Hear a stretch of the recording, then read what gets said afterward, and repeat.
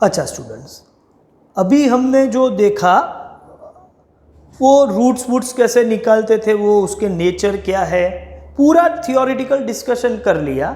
लेकिन कुछ ऐसी नोट्स है जो ट्रिक मान के चलो वो हमारे पास है, तो कुछ एमसीक्यू क्वेश्चन सॉल्व करने में काफ़ी आप समझ के चलो कि स्पीडीली काम कर सकते हो और वो ट्रिक काम भी लगेगी। तो उसका बैकग्राउंड देख लेते हैं।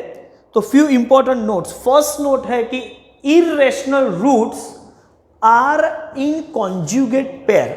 अच्छा, कॉन्जुगेट का मतलब आपको पता है कि a प्लस बी का कॉन्जुगेट क्या होता है, a minus B. m plus n का कॉन्जुगेट होगा m माइनस n। तो इररेशनल रूट्स जो होंगे वो कॉन्जुगेट पेयर में होंगे। दैट मीन्स समझ के चलो कि इररेशनल कब होते हैं। इरेशनल तब होता है जब डिस्क्रिमिनेंट का value greater than 0 but it is not a perfect square. वो परफेक्ट स्क्वायर नहीं होगा, ठीक है। ओके, तो परफेक्ट स्क्वायर नहीं है तो आपका अल्फा बीटा जो है, मतलब रूट्स जो है वो इस तरीके का होगा। सपोज हम लेके चलते हैं कि रूट 13 आ रहा है, मतलब आपका डिस्क्रिमिनेंट 13 आ रहा है। तो और कोई नंबर है, मान के चलो अल्फा है 2 प्लस रूट 13, तो आपको मालूम है कि बीटा क्या होगा, वही होगा 2 माइनस रूट 13, क्योंकि जो रूट है मतलब जो डेटा है उसमें प्लस और माइनस का, जो रूट से उसको प्लस और माइनस का ही फर्क है, बाकी वैल्यूज में कोई फर्क नहीं पड़ता। तो इररेशनल रूट्स होंगे तो एक रूट 2 प्लस रूट 13 है तो दूसरा कंपल्सरी 2 माइनस रूट 13 होगा, मतलब they are in conjugate pair. इसको मैं ऐसा बोलूंगा कि m प्लस रूट n है तो दूसरा कंपल्सरी क्या होगा, m minus root n। That means irrational roots are always in conjugate pair. Clear.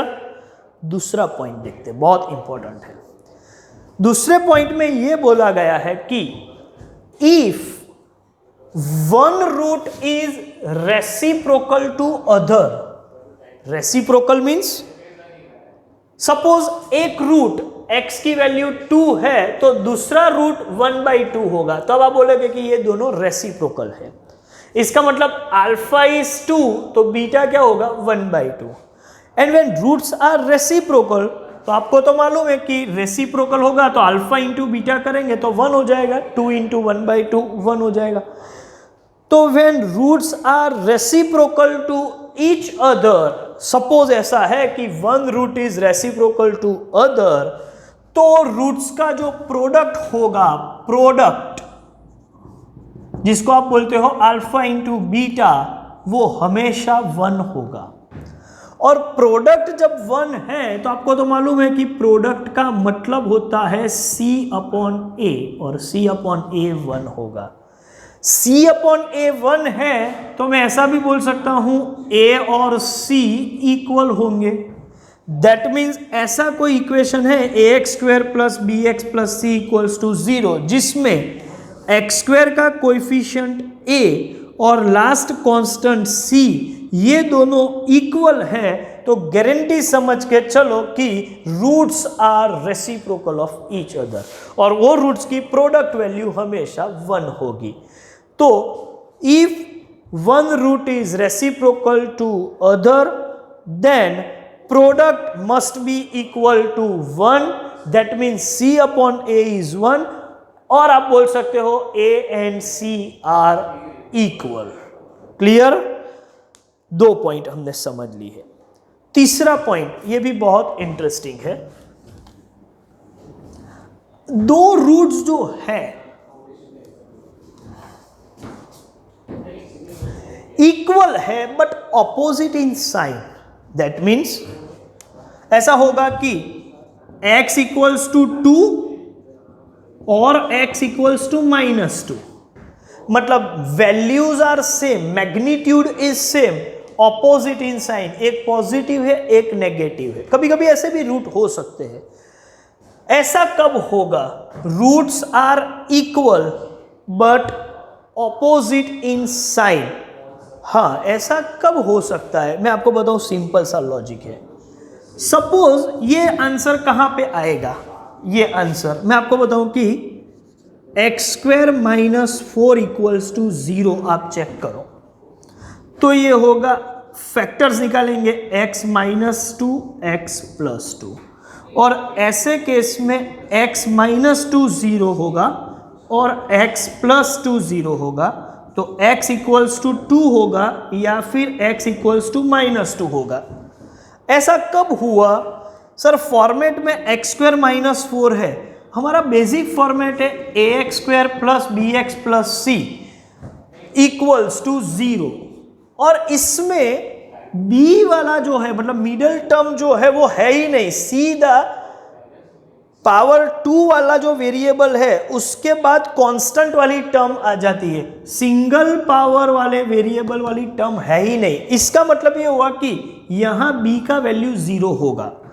ऐसा नहीं कि bx नहीं है, लेकिन x के साथ में b को मल्टीप्लाई करूं तो b का वैल्यू 0 हो जाएगा। दैट मीन्स ऐसे केस में ax² + bx + c = 0 में b जब 0 होगा, सपोज ए क्वेश्चन में a = 1 है, b 0 है और c - 4 है, जब b 0 होगा तभी ये पॉसिबल है कि roots are equal but opposite in sign, जिसको हम बोलेंगे प्योर क्वाड्रेटिक।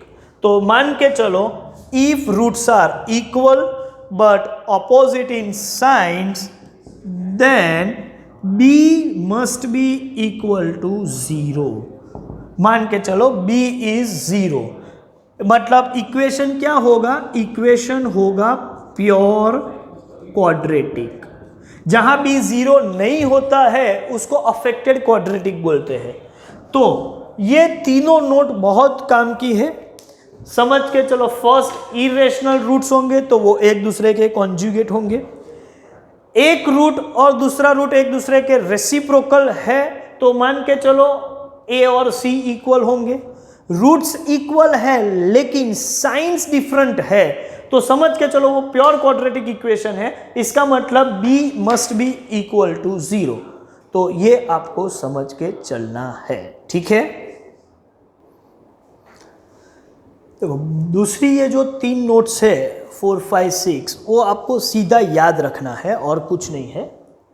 सपोज आपके coefficient ax² + bx + c = 0 equation के a + b + c कोएफिशिएंट 0 है, सभी कोएफिशिएंट का समेशन 0 है, तो इसका ये मतलब होगा कि एक रूट 1 है तो दूसरा रूट 1/a है।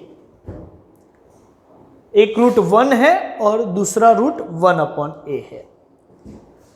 b = a + c, मतलब मिडल टर्म का जो कोएफिशिएंट है b और उसका रिजल्ट एक्सट्रीम टर्म्स के कोएफिशिएंट, मतलब कांस्टेंट कोएफिशिएंट और x² का कोएफिशिएंट, ये दोनों के समेशन के इक्वल है, तो गारंटी समझ के चलो कि one root is -1 and other root is, ये यही टेक्निक है, -1 है तो ये -1/a हो जाएगा।